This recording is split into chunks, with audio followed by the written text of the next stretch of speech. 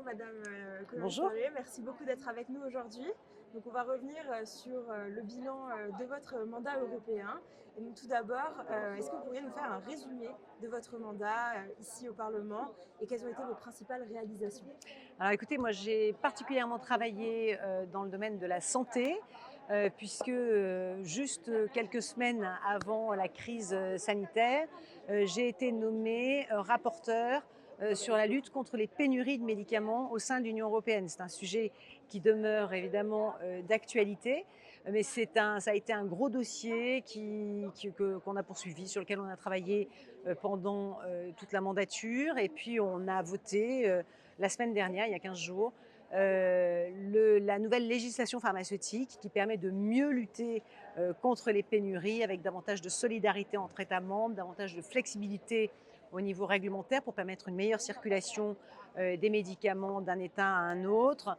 Également des règles qui essaient de concilier tant l'innovation que l'accès de tous les citoyens aux soins de santé. Mais il reste encore beaucoup de choses à faire. Bon, alors ça, c'est un premier dossier.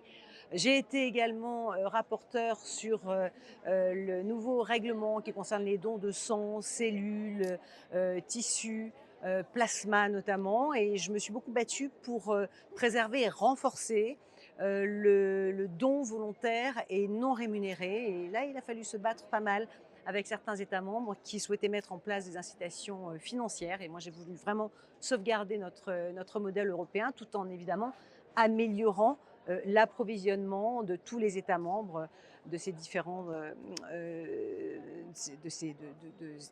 en matière de tissus, de sang, de cellules. Et puis, j'ai également été vice-présidente de la commission cancer, avec un plan cancer qui a été mis en place au niveau de l'Union européenne.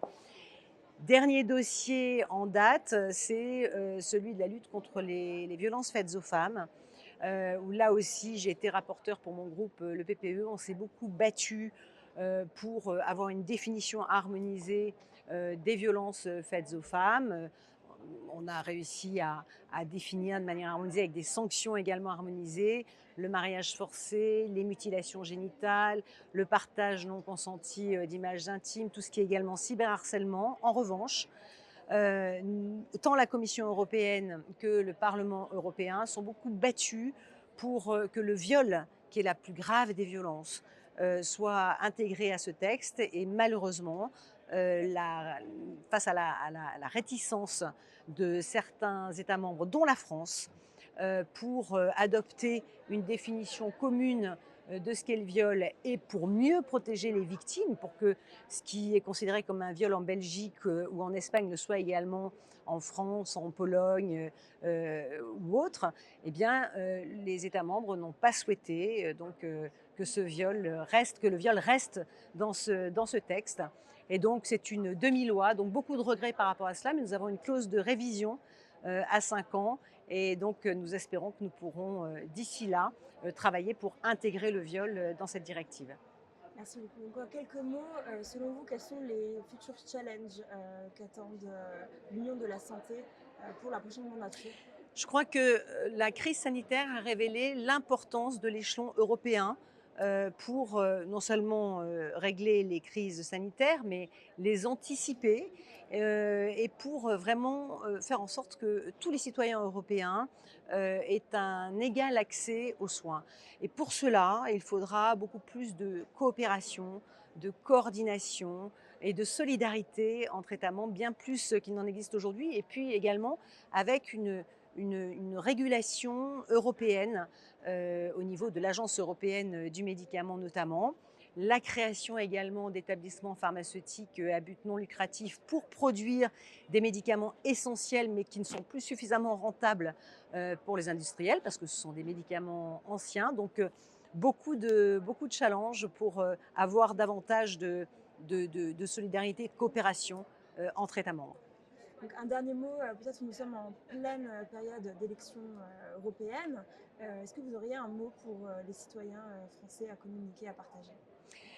Eh bien, écoutez, je leur dirais, moi j'ai essayé de faire beaucoup de pédagogie pendant tout mon mandat pour rapprocher justement l'Europe des citoyens, mais je crois que ce qui est nécessaire aujourd'hui, c'est d'aller vers une Europe utile aux citoyens.